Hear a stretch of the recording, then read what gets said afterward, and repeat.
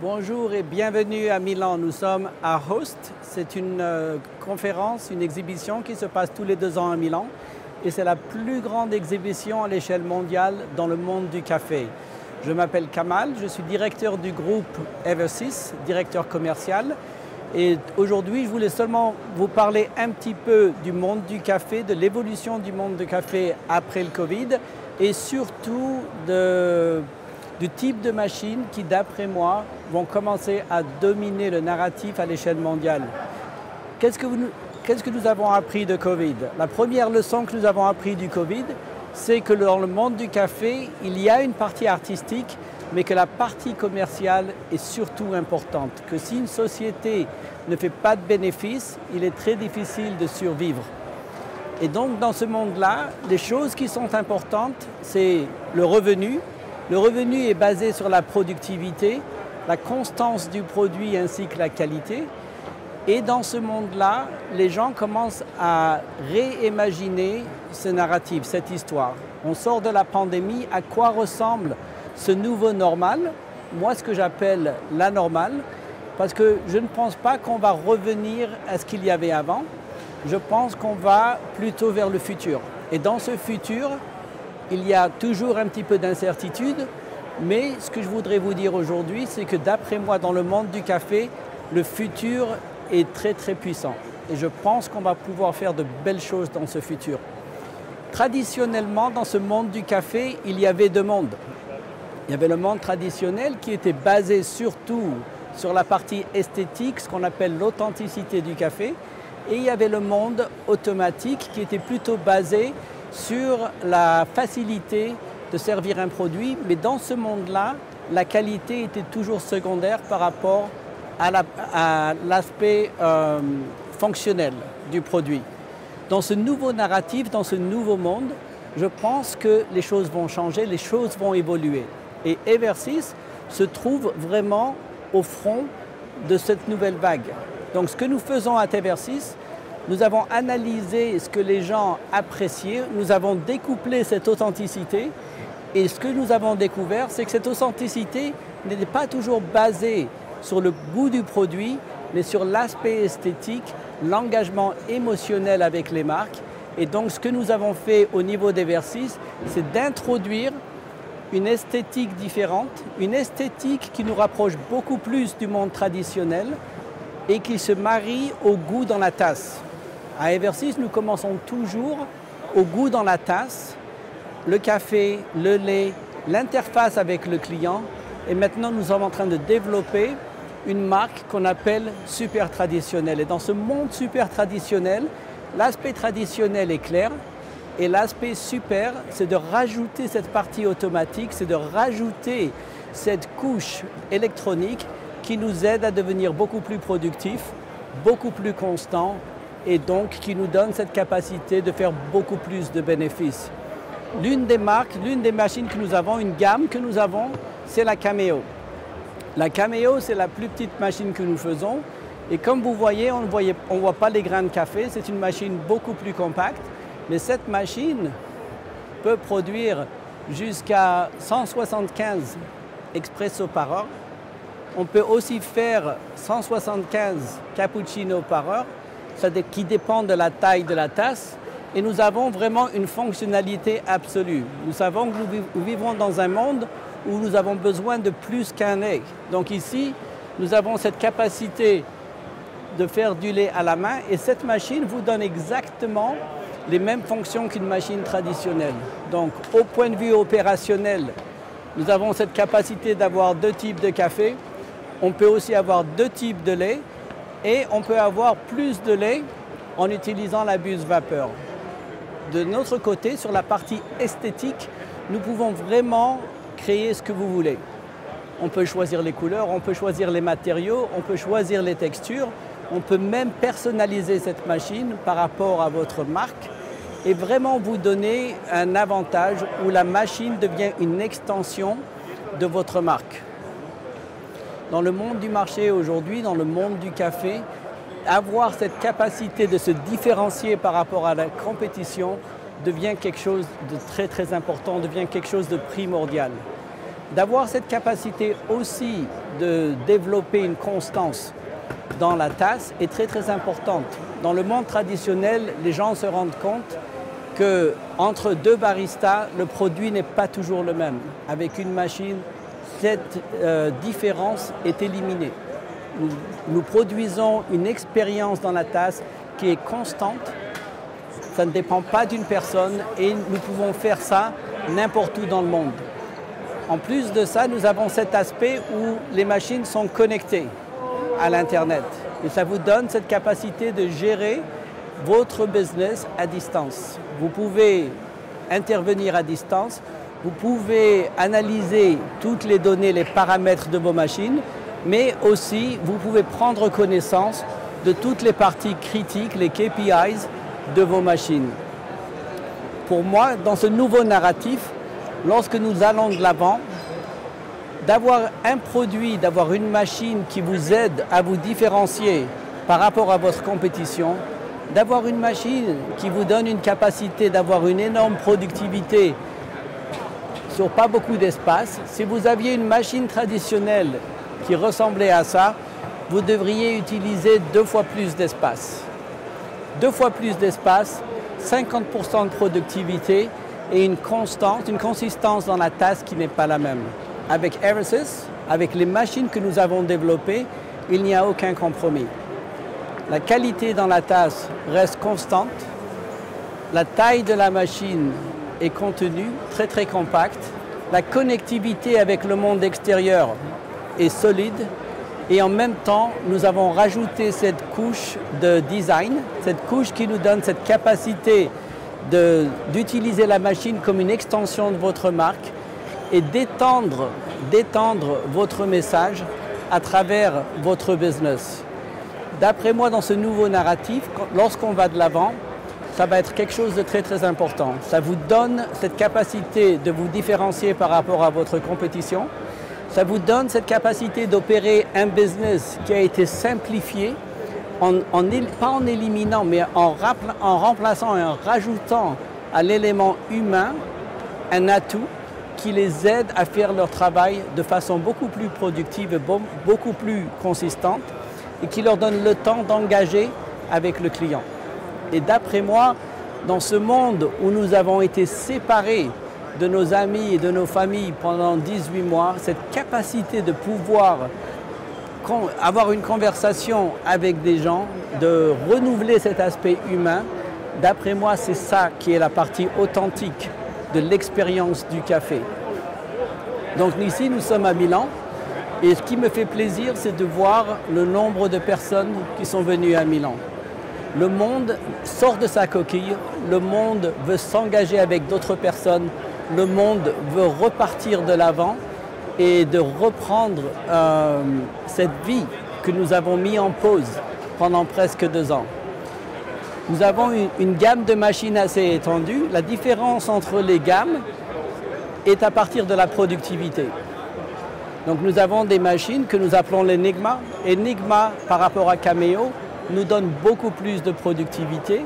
Nous avons aussi 2 aspects visuels de la machine. Un aspect qu'on appelle classique, qui est la boîte normale, et un aspect qu'on appelle super traditionnel, qui nous donne cet aspect esthétique, cet aspect émotionnel, qui nous rappelle de la machine semi-automatique, de la machine traditionnelle. Et d'après moi, dans ce monde nouveau, nous devrions être capables d'offrir à nos clients ces 2 possibilités. D'après le type de service que vous avez, d'après le type de clientèle que vous avez, vous pouvez adapter votre produit par rapport à vos besoins. Et d'après moi, dans ce monde nouveau, la flexibilité, la qualité, la connectivité est primordiale à avoir un business qui soit vraiment pertinent, pas seulement dans le présent, mais dans le futur. En anglais, on utilise la phrase « future-proofing your business ». Et c'est cette capacité d'imaginer à quoi ressemble le futur et de commencer à le développer dans le présent, de développer les étapes, de commencer à faire les pas qui nous rapprochent de ce futur et qui nous permet dans ce futur d'avoir succès et de pouvoir revenir au jour d'antan. Je vous remercie de votre attention Je vous remercie d'être venu nous rejoindre sur ce stand à Milan et nous souhaitons vous revoir sous peu face à face. Merci.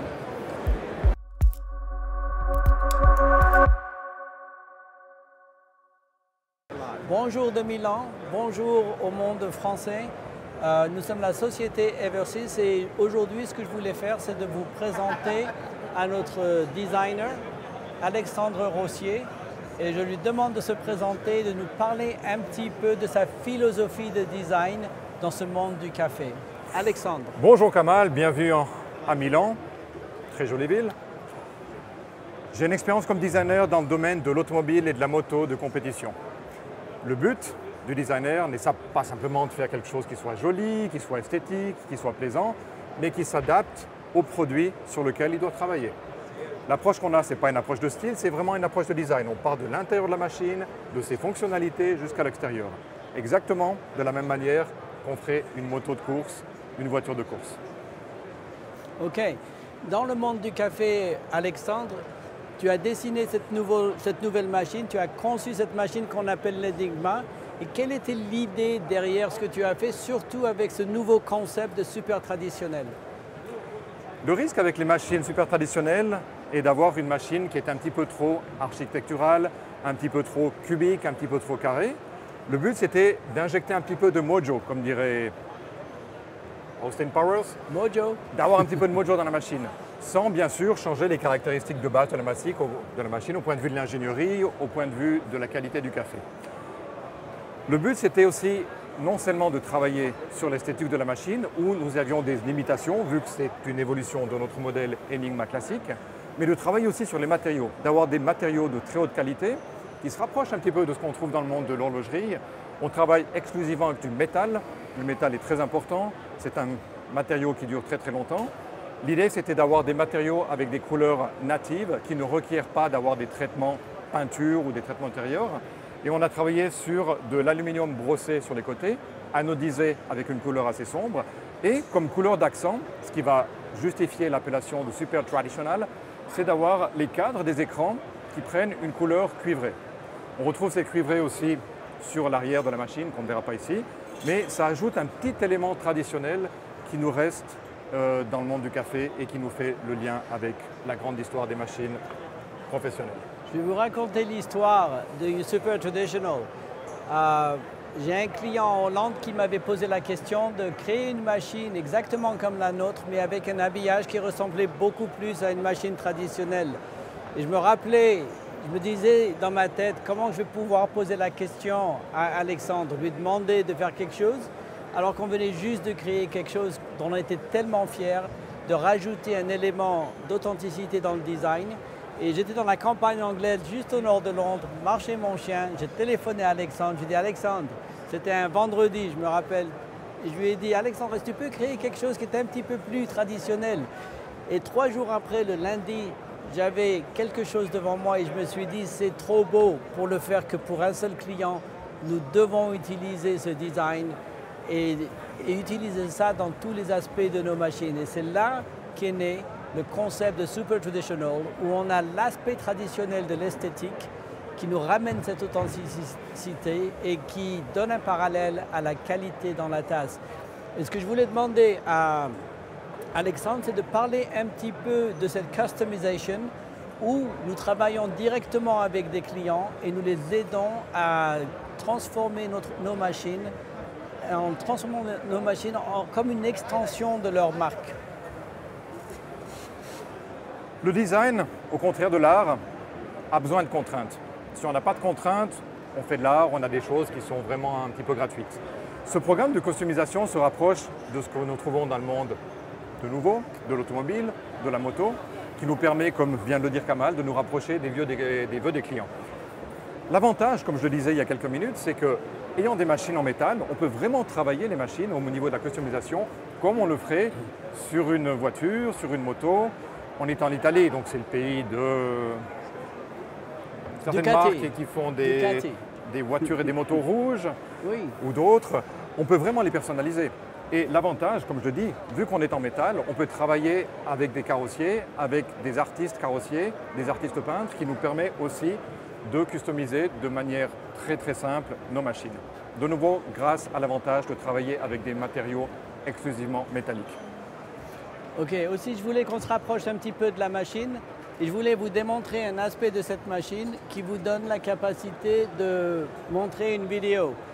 Et donc si vous avez une chaîne de machines, vous pouvez changer votre message, vous pouvez parler du produit dans la tasse, vous pouvez faire une offre spéciale et vraiment activer ça à distance et vous pouvez changer ce message de façon régulière, ce qui vous permet d'engager avec votre audience à distance. Donc nous sommes toujours en train de réfléchir aux besoins du business, aux besoins du client. On parle toujours de la qualité dans la tasse, de la constance dans la tasse, mais maintenant ce qu'on appelle user interface et connectivity deviennent des choses qui deviennent de plus en plus importantes sur notre marché. Et Alexandre parlait des matériaux et je sais que quand on parle avec Alexandre des matériaux, il est vraiment passionné. Donc je voulais lui poser cette question encore une fois. Il a parlé de matériaux nobles parce que le monde du super automatique est dominé par le plastique et nous avons été à l'encontre de ça. Alexandre, parle-nous un petit peu des matériaux. À prime abord, on se dit oui, on utilise du métal, donc le métal demande pas mal d'énergie pour le faire. D'un autre côté, le métal, surtout l'aluminium, a une grande capacité, une fois qu'il a été utilisé, de recyclage. Donc je ne suis pas en train de faire du greenwashing, mais vraiment le métal, c'est un matériau qui est très flexible, qui est facile à utiliser, qui peut être recyclé comme je viens de dire, et surtout qui va résister au temps. Je parlais d'aluminium, je vais parler aussi de l'acier brossé. On utilise sur la partie basse de la machine de l'acier. La différence entre l'aluminium et l'acier brossé, c'est que si vous allez légèrement l'endommager, avec une tasse peut-être jetée un petit peu hardiment sur la machine, il va prendre de la patine. Si vous avez une machine en plastique, ça va se casser, ça va se rayer, et après même quelques semaines, la machine n'aura plus une qualité perçue qui sera à la hauteur. Donc l'avantage du métal, de nouveau, la durabilité, la beauté du matériau. Un métal qui brille, qui a de la patine, qui est légèrement brillant, légèrement satiné, légèrement brossé, apporte une plus-value qui est indéniable sur ce genre de machine. Pensez aux montres, nous sommes suisses, au monde de l'horlogerie. Du métal, c'est quelque chose qui vraiment donne un aspect qualitatif très élevé, qui prend de la patine, qui ne vieillira pas et qui se recycle très facilement. Ça, c'est une chose qui devient très importante pour nous, c'est cet aspect sustainability. C'est de créer des machines qui sont conformes à notre environnement, de créer des machines qui ne donnent pas des problèmes de recyclage dans notre environnement, de créer des machines qui sont vraiment non seulement performantes lors de leur vie, mais à la fin de leur vie, qui peuvent être recyclées dans des conditions saines. Pour nous, ça devient de plus en plus important. En plus de ça, au niveau de l'énergie, l'utilisation de l'énergie, comment nettoyer la machine, de ne pas avoir de pertes, c'est aussi quelque chose, des problèmes sur lesquels nous réfléchissons tout le temps. Quand on regarde cette machine, on voit une machine toute propre. Et ça, c'est une machine qui ne se salit pas pendant le service, parce qu'on n'a pas de perte de café, tout se passe à l'intérieur de la machine, nous n'avons pas de perte de lait, le lait sort par portion fini, le café est aussi programmé à une certaine mesure et donc il n'y a aucune perte d'argent, il n'y a aucun manque de efficacité dans cette machine. Ok, donc nous finissons. Je veux remercier Alexandre de nous avoir donné un aperçu sur sa philosophie de design. Et nous vous remercions de nous avoir rejoints sur notre stand Ahost à Milan et nous espérons vous voir sous peu face à face. Merci. Merci.